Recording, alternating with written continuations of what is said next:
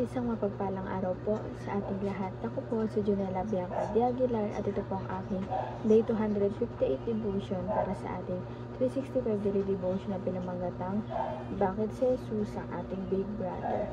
At ang topic natin ngayon ay Son of God. Sabi po dito yung concept na Son of God designates Jesus as the eternal, divine Son who is equal in nature with the Father. Biblically, this title reveals his deity, his unique relationship with the Father, and his role in the redemption. Unlike believers who are called children of God by adoption, Jesus is the Son by nature, sharing the same essence with the Father.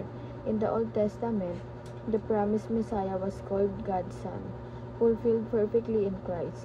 This title safeguards both the full deity of Christ and his eternal sonship. To deny it is to undermine the gospel, for only the divine Son could accomplish salvation for sinners.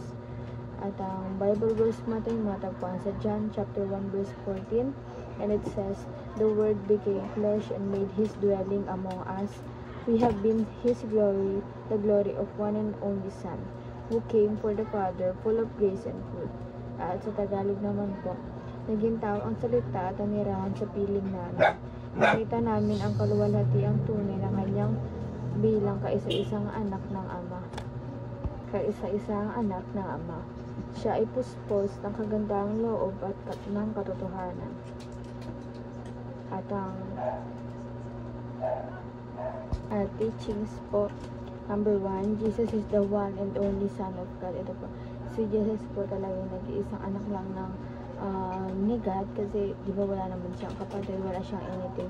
Pero bakit tayo tinatawag na children of God? Kasi di ba parang adopted tayo adopted child tayo ni God. And number 2 po, Jesus is our sacrificial and loving big brother. Ito po, big brother po yung tawag natin sa kanya. Hindi po mali po pala yung kinagisnan natin na dati nung bata tayo parang Papa Jesus yung sinasabi. Kasi kung Papa siya, edi ano yung Papa niya?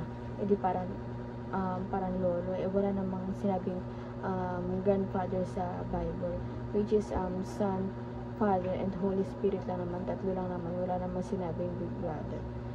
Diba? Siya yung sacrificial and mapagmahal nating big brother. Diba? Yung sacrificial na ginawa niya sa krus ng Kalbaryo.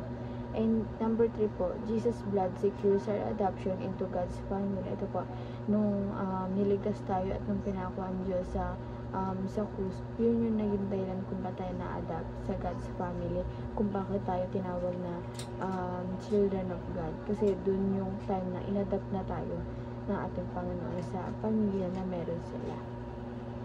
And application man po, bakit ito para sa ating buhay, number 1, show gratitude by loving like Jesus Christ. Ito po, tawag dito, ipakita po natin yung kabutihan, lahat ng kabutihan na ugali na meron tayo, kasi ibig sabihin din yung pagmamahal din natin sa kay Jesus Christ, na parang yun yung ginagawa natin, lalo na pag sa ibang tao.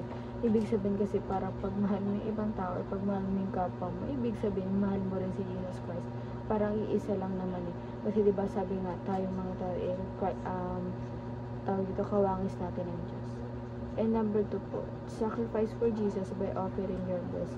Ito po, parang pag iniisip natin na gusto natin makabawi sa Kanya, sa pagtubos na ginawa niya, sa pag-sacrifice na ginawa niya para sa atin, ang gawin natin